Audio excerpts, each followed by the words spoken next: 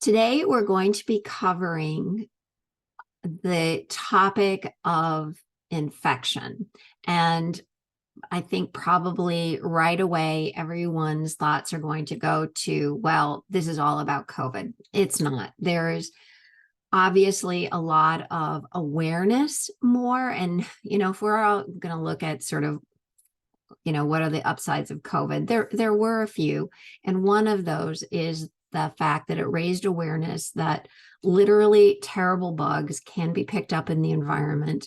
But the other part of that is, guess what? We have the power to harness them, to treat them, and actually to prevent ourselves from picking up bugs. COVID raised awareness, but unlike, and COVID is a new bug, but there have been a lot of others that are around, many of them starting in hospitals, because as you know, probably that the use of antibiotics has created something of little monsters that when antibiotics do their work, sometimes the residue that's left it's just those that are even the more powerful because they've resisted the antibiotics, and so they're called superbugs. So if I'm getting into the weeds a little bit about that, I just wanted to give you a little bit of background. I don't know that you necessarily want to share that with your audiences. As I said, it's just a little bit of background. So the second slide is always yours. It's to customize, to welcome the guests and make sure that they know your name and they see your smiling photo beaming at them, and thanking your host for bringing you together. So you fill this in and just take care to use the same font if you would. It just makes your presentation look the more professional if you match the fonts. The third slide, as you know, is always going to be the agenda for the day, and the assurance that you will take their questions and have a discussion at the very end. People like to know what's coming. This is also a very good point for you to tell them, hey, look, you don't need to even take notes today, because I will be sending to you an email where it's just going to be a PDF or a document with the notes. And I know we've covered this before, but it's really great to be able to share this because you want the focus to be on you. And also it's just more likely that you'll be able to generate conversations with your audience later on if they feel connected to you and not to the piece of paper and the pen that's in their hand. So today you can say, yes, we're going to be talking about some very bad bugs, but we're going to be talking about some very good solutions. So the bugs that we're going to be talking about, don't expect you to remember all of these, but just want you to know that all of these are ones that you actually have pretty much control over. And it's worth knowing about them because they can be quite debilitating and even deadly.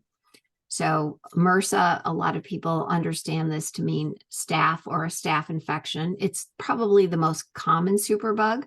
Then there's VRE, which stands for vancomycin resistant enterococcus, which is another superbug.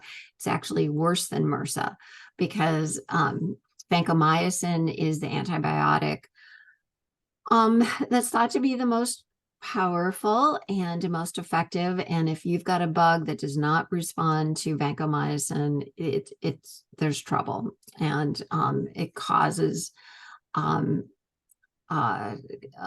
lot more consternation because a cocktail of antibiotics is then required to fight off a VRE infection.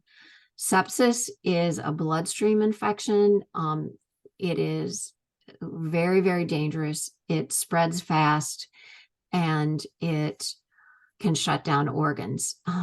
Many of you who subscribe, and this, I'm saying this sort of parenthetically to you as presenters, all of you are on the newsletter list for the Care Partner Project, and you will, hopefully you've already noted that we cover sepsis 2 or 3 times a year, simply because it is out in the community. There's so many different ways to pick it up. And I think this is why it hits me so personally, is that kids can pick up sepsis with simple scrapes and cuts that they tend to, you know, get in the playground or on the basketball field. And it's just really critically important that those cuts and scrapes are cleaned out immediately. And my last one, this sepsis, September is Sepsis Awareness Month, and the newsletter that went out a couple of weeks ago was a plea to get this information into the hands of school nurses, because they can be at the front line of preventing infection, sepsis for kiddos. C. diff is another infection that causes, it's caused when fecal bacteria, or we can also call it just poop, enters the body by mouth, and it does happen. A UTI is more commonly known, and but it has special risks for people who are older. And then there's ventilator-associated pneumonia, which is typically often occurs in hospitals. Although I have to say they're getting a handle on it. There are a lot of hospitals that are getting down to 0 ventilator pneumonia because they follow checklists, and they're doing a better job of maintaining and cleaning out the devices that are used, the ventilators and tubes for people with pneumonia who need supplemental oxygen. So what do these all have in common? All are potentially deadly. It's labor intensive to prevent them, and the small details need attention. And these small details, unfortunately, are often go by the boards because in healthcare settings, staff is too stretched for time. The good news is that prevention is not rocket science, and they can get all of the checklists that they need. I forgot the slide about the Care Partner Project. I need to insert that. They can get all the checklists they need to help prevent each of these infections at the Care Partner Project. So we like to say that you can save a life without 8 years of medical school. So let's get started. Oh, I'm sorry, I reversed the slides. It's actually here. So how you get started is that you go to the Care Partner Project and download the free checklists that are very simple, that show you all the small details that add up to avoiding any kind of hospital infection or infection that can be picked up more and more often is the case in the communities. So this is just an example of what those checklists look like, and I hope people feel like they're pretty friendly and manageable. So here, I always like to start out and hopefully include some stories. You may have other stories, but in this particular deck, there are 3 stories, I believe, to help illustrate how infections can really derail good health for people. This is the case of Bill Ite. It happens to be my dad. He had a successful lung transplant to cure pulmonary fibrosis. He took a fall in the hospital that actually went unattended for 57 hours. And because he was not attended and he was in a horizontal position during that time, waiting for a doctor to evaluate him, he ended up in the ICU with ventilator-acquired pneumonia. When he was in the ICU being treated for pneumonia, he picked up MRSA, which is a staph infection that has approximately 25% of all ICU patients will pick up MRSA, and about 10% of them will actually die from MRSA. After he was treated for MRSA, which involved lots of antibiotics, which kind of routed out his gut, he was back on the floor being treated and on the way to a discharge when he picked up C. diff. Again, back in the ICU to treat C. diff. And because he was, in the ICU, nobody gets exercise, he ended up with a DVT, deep vein thrombosis, and a pulmonary embolism that went to his new lung. Eventually ended up with MRSA again, and then C. diff again. And 7 months after transplant, he died from the infections. He never left the hospital. So this is a case of where one person had a second chance at life. It was very promising. The very, very tough, complicated surgery went as well as any surgery possibly could with the lung of a 39-year-old. And he just never had a chance because of infection. So where is MRSA? Frankly, it's everywhere. It is on pretty much every surface, and this is true for not only hospitals, but it is out in the community. Approximately 16% of all MRSA cases are actually picked up in the community, and likewise for its evil stepchild, VRE. So it's in the greatest thing is that the number one way to help prevent it is to keep hands cleaned. It's just like what we learned with COVID. So when hands are clean, the MRSA cannot be transmitted. However, it's also important for people to understand that MRSA and all of these bugs can be transmitted on clothing as well. So if a loved one is in the hospital, it's very important to bring alcohol wipes or to ask for alcohol wipes. And I should mention, sometimes hospitals have them and they're freely shared. Oftentimes they're not. So it's really best if you could just, anytime you have somebody who needs a hospital stay, create a little care package for them with their alcohol wipes. And also, we're going to get into it in a second, but also bleach wipes, because C. diff will only be killed by bleach. So at the Care Partner Project, we do have a checklist of all the surfaces that anybody can wipe down while they're just sitting there. And as I like to say, I wish that I had had my Care Partner Project checklist when I was watching the Golf Channel and CNN with my dad. I could have been wiping down the bed rails, the tray table, underneath the tray table, the IV pole, the hand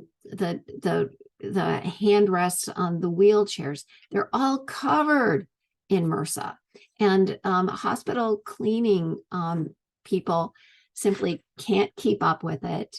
And also, it's really, honestly, they're not trained to think about cleaning away germs. They're there to clean away, surface dirt pretty much. So the other number one thing that you can do when you're in the hospital with a loved one is to make sure to speak up and ask everybody to wash their hands before they ever come near a patient. Another thing that this is just the oddest thing in the world to me, but it's when you're in the hospital, you're going to see medical personnel, especially nurses, coming in with their clean hands, putting on gloves, and then as a precaution against infection, but then they'll use those gloved hands to go adjust the monitor or touch the bed rail or take a peek in the bathroom, if they're doing any urine collection, all of those surfaces they've just touched with their sterile gloves are now contaminated. But somehow that just oftentimes does not connect.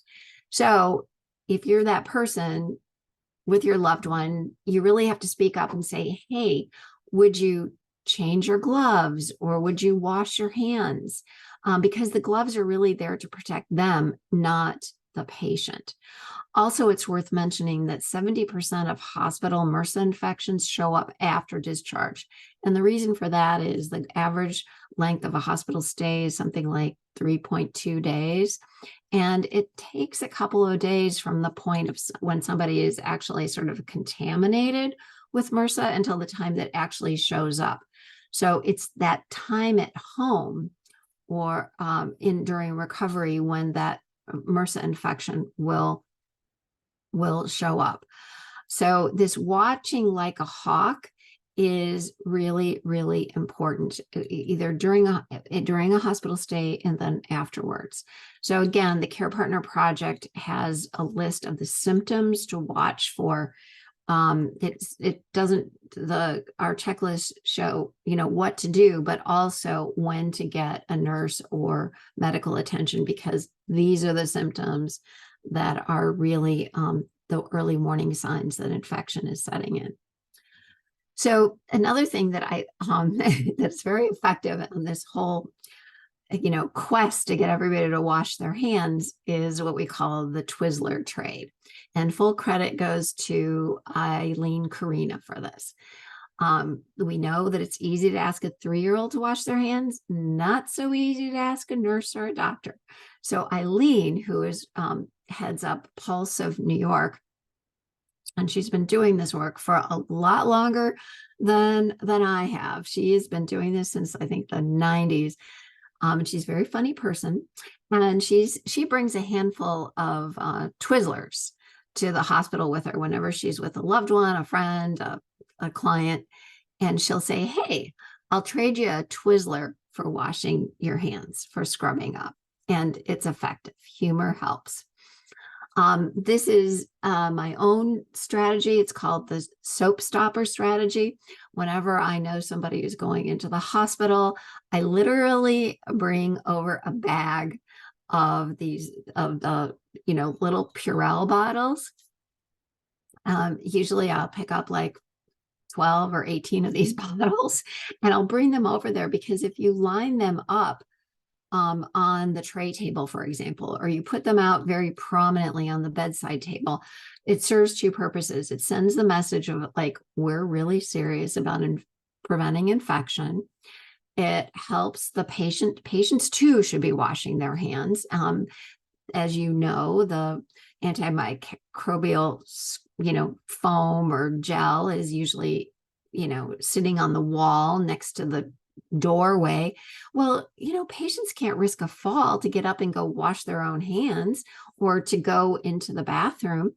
So it's for them too to keep their hands clean. And then also, it's if somebody doesn't find their voice to ask somebody to wash hands, all they can do is they could just hand the bottle over to them and say, hey, I think this will be a good help for you for keeping your hands germ-free.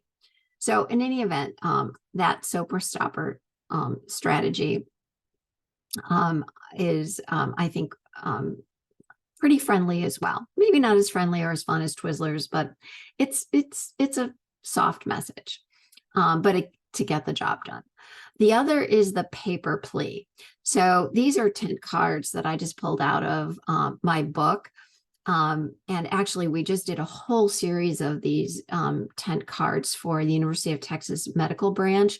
They're adopting this where everybody, God, I really do love this program. We just finished it up, where we designed like 20 different kind of fun little tent cards that every time a room is turned over, their cleaning staff puts in about 8 different designs. So the patient who comes in has a bunch of different ways of asking for people to wash their hands from these little tent cards that they can put on their tray tables. And they're all, very upbeat, and they're all very positive. And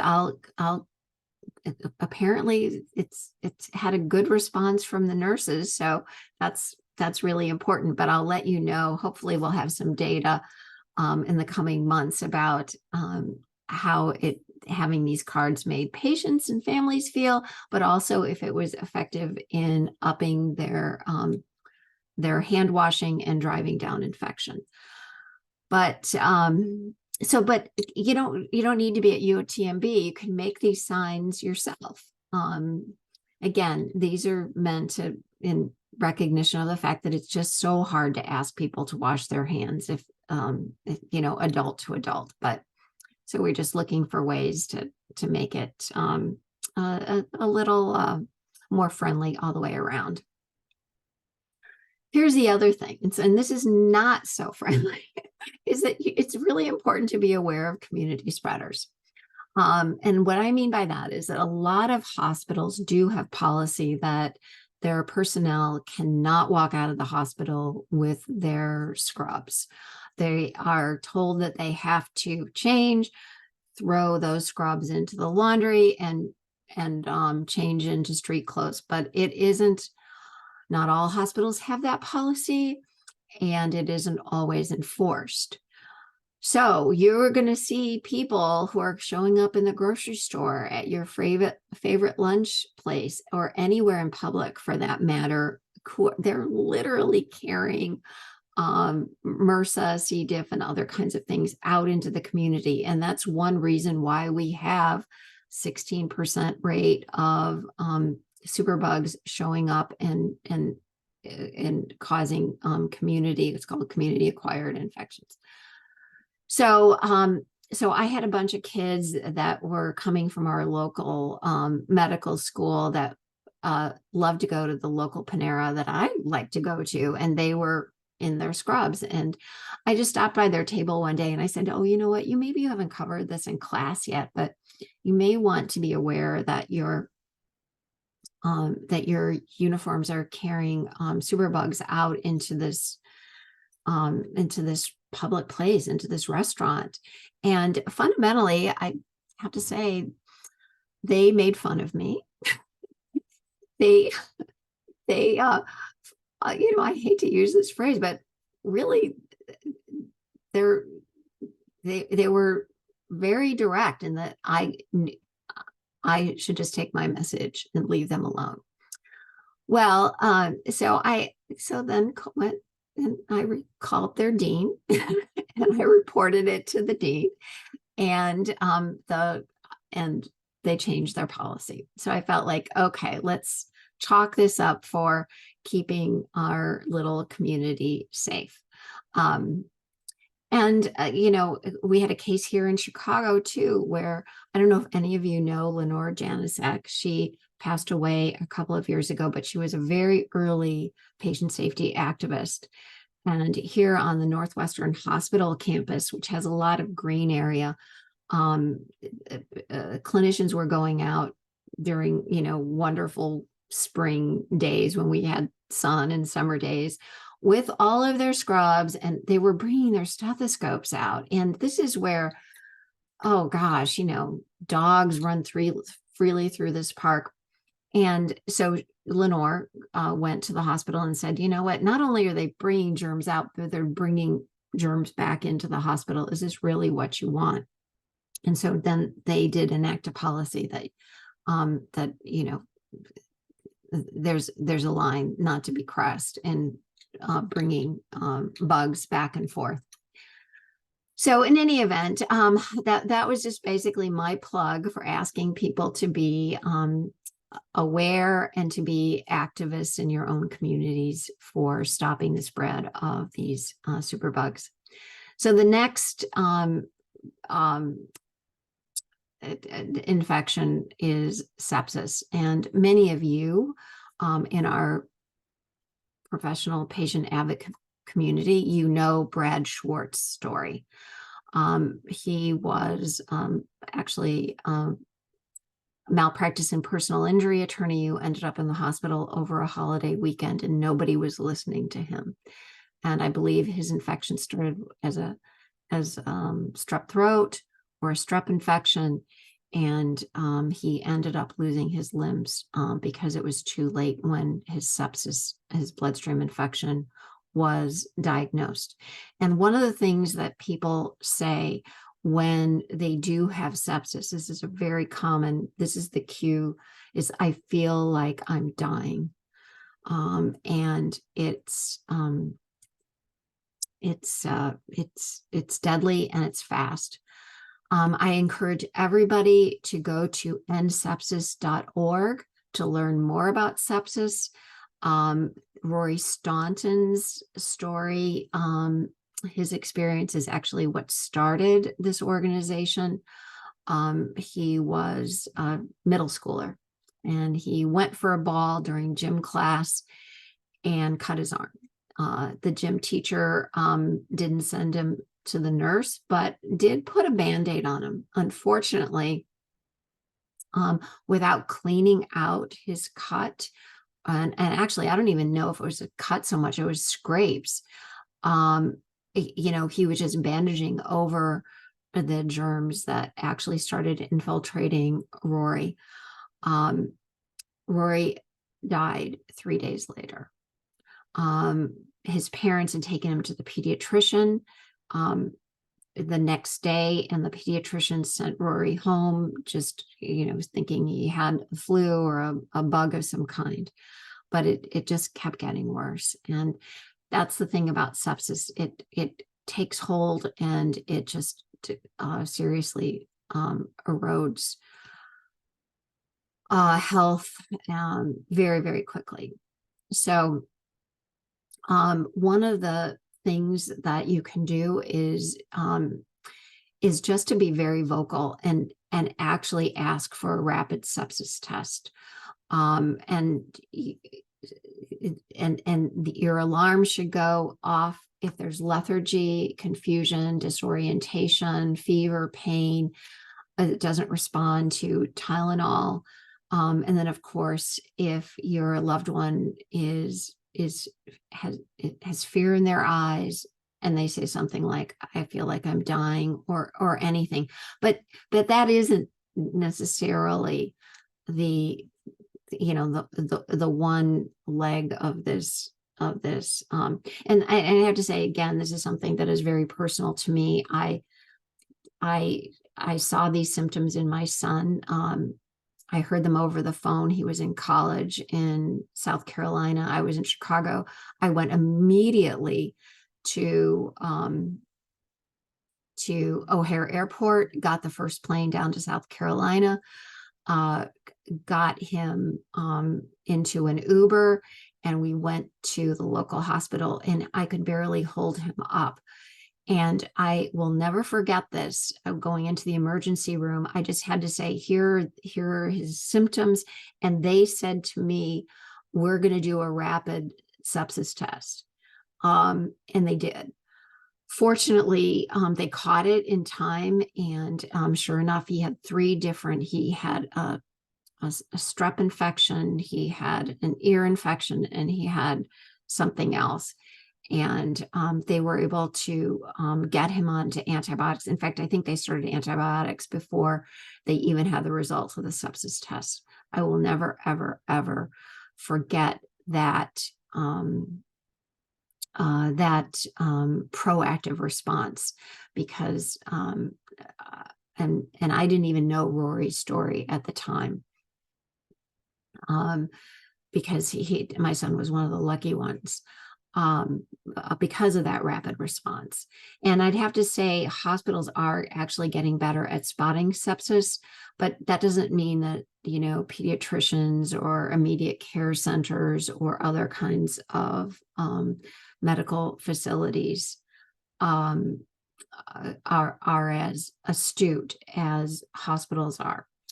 So this is when it's really important to speak up, speak loudly, be persistent, because the stakes are really high. The next one we're going to talk about is C. diff, which is literally a deadly gut punch.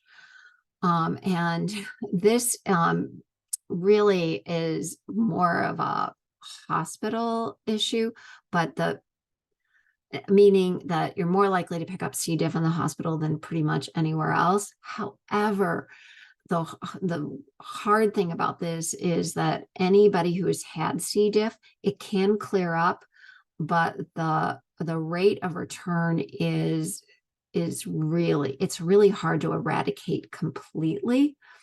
And it does tend to stalk people over and over again. It does return. In fact, some people have such debilitation from it that they go through fecal transplants. And that seems to be for those people who have, in fact, if you have any clients who are going through this, that fecal transplants are becoming more common, and they are a way to resolve them once and for all, but it is hard to resolve them once and for all. So surface cleaning is especially important in bathrooms. It's just as important as hand washing. So, and it only responds to bleach. You can't kill C. diff with alcohol the way you can kill MRSA with alcohol. It's only bleach. The patient's hands must be kept really clean, and soap and water is actually the best with a washcloth. And to clean under the nails with a nail brush is very effective. And of course, after every trip to the bathroom and before every meal, getting under the nails even before every meal is huge. Urinary tract infections. We often think about them as being for women because, a lot of us, go through those phases early on in our lives where we pick them up in high school and college and young adulthood.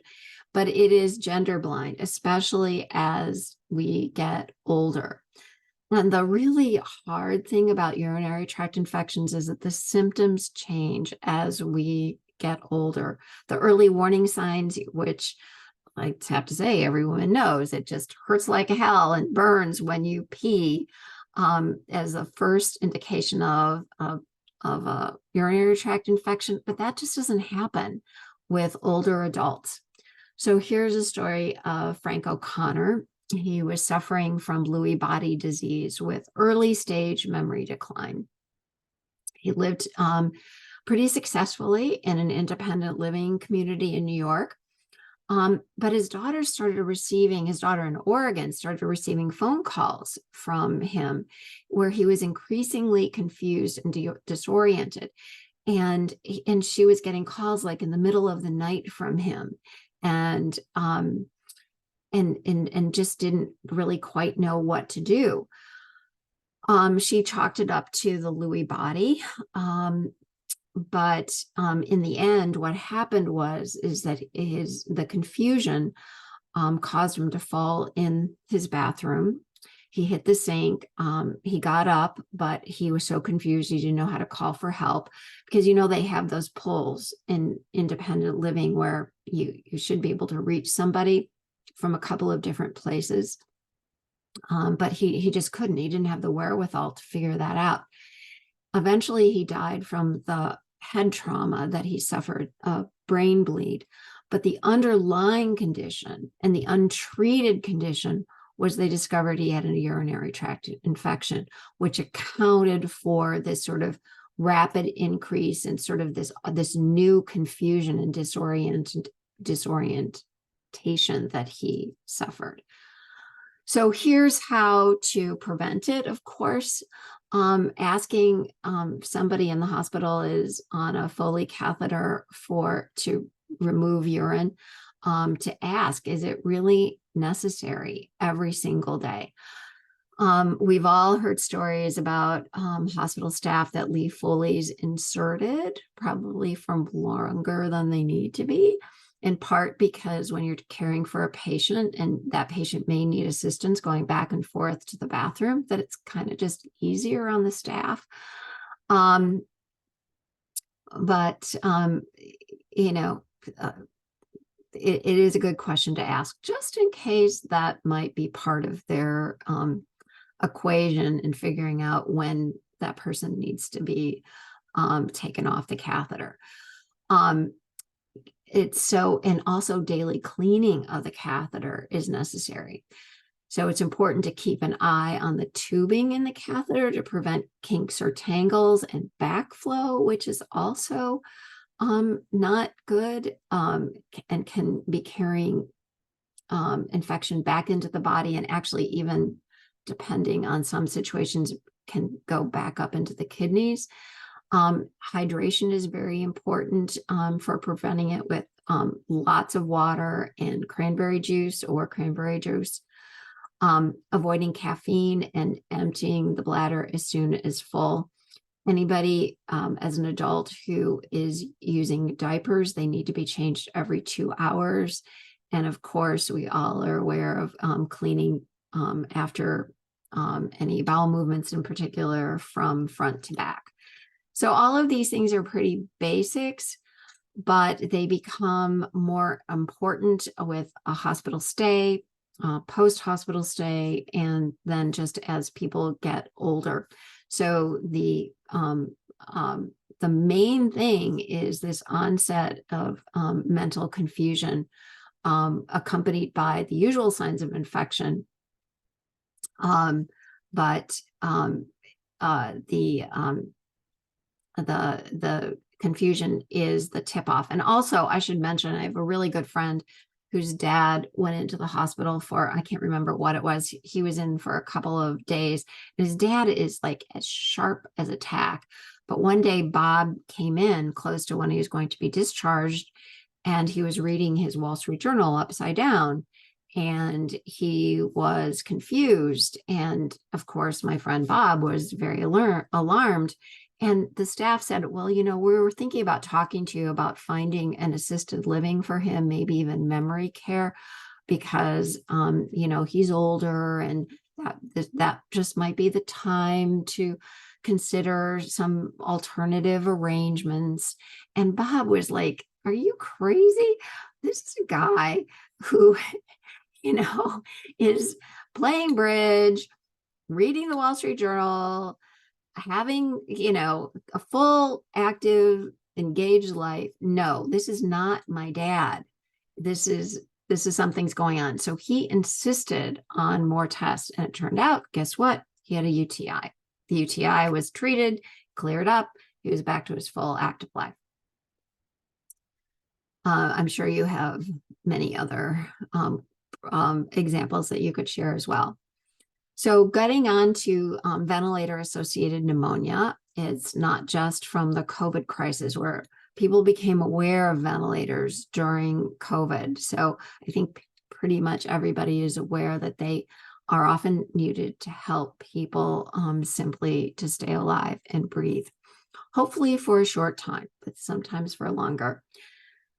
So that's where, again, it's the squeaky wheel to ask every single day for when someone is on a ventilator, is it still needed? And you can ask for tests, a weaning test, which will check the person's ability to breathe independently. And then, of course, actually one of the main things is that oral care is super important, because bacteria grows in the teeth, gums, and tongue. And so if you can get oral care a couple of times a day, or even ask, hey, may I help my loved one with the oral care, teeth brushing, flossing, to make sure that the bacteria doesn't travel down the tube and into the lungs. Super important. Keeping the bed elevated is also important. I had heard stories from nurses who would say, well, you know what, they just don't feel comfortable, and I'll go in and I'll turn the bed up, but then they figure out how to, make it flat again, or a loved one will come in and say, oh, let me make you more comfortable, and they flatten the bed.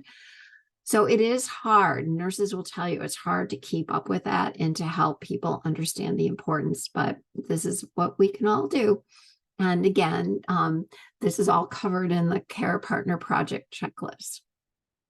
Now, a new thing that came up during COVID, and it's worth a conversation, is to ask about stomach lying versus bed angle. So I guess during COVID, they learned that people who can lie on their stomach, that is as effective as being elevated at an angle. It's just worth a conversation to find out. And of course, some people aren't even comfortable laying on their stomach. So, obviously the bed angle, but it's all very individual. And again, definitely worth conversation. And then also people who are on vents can get stomach ulcers.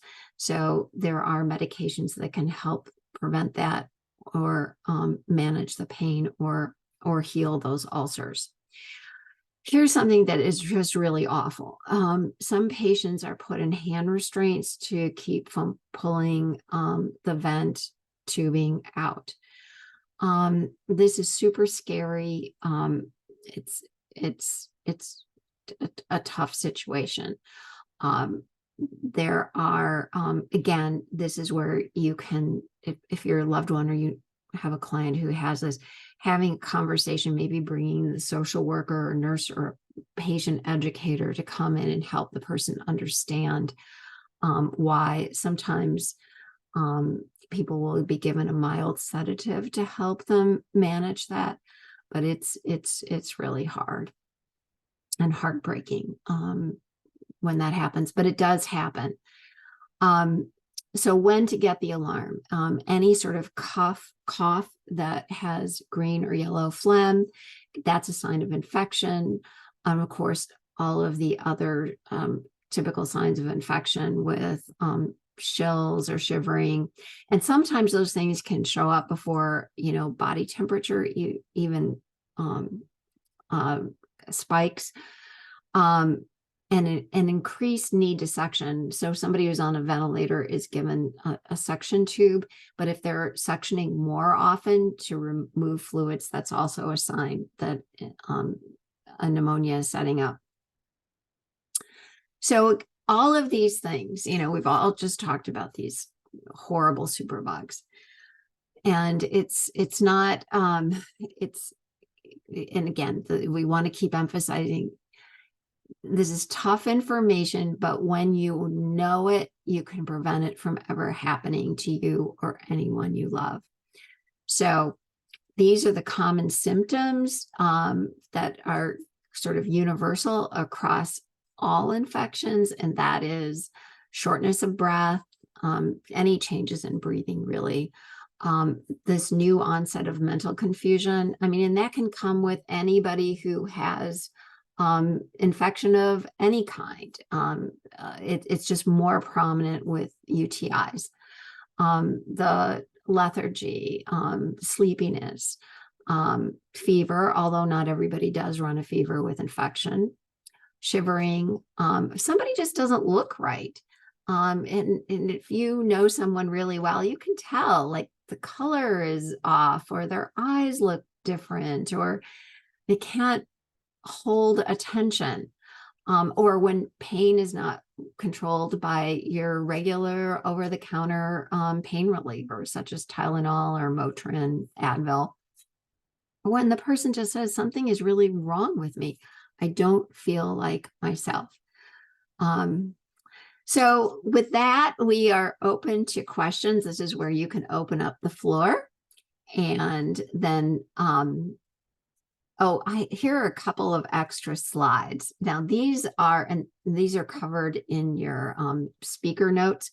So I threw these in case you want to generate discussion. So if nobody has any questions, you can throw out these like little brain teasers. You observe a hospital cleaner wiping down every surface in the patient's room with the same rag. What do you think about this practice, and what would you do? And actually, I think I threw this out actually when I gave this presentation one time, and it was so funny because and I hate to sound sexist, but I'm just going to tell you, the guys in the audience basically said, oh, well, I'm going to go fundamentally, I'm going to go tattle. I'm going to go find somebody. I'm going to go find a supervisor. And all of the women in the audience basically said, well, I'll just go find a clean rag and I'll do it myself. I'll clean it. I will make sure that everything is done properly. So in any event, this is, purely elective. You don't have to use a slide. You can take it out if you want. So here is where you get to thank people, and and remind them that you speak on other topics, and to contact you. And of course, you can put your headshot in here too. So I think that's it. What does everybody, I think I'll stop sharing and then everybody can come back and we can chat. Yeah, hi, this is Kathy. I apologize I was so late. No worries. I was actually on the phone with Apple because my other computer, I can't get my picture on. I'm so sorry. I know it's recorded. It's always valuable information. Can you just tell me which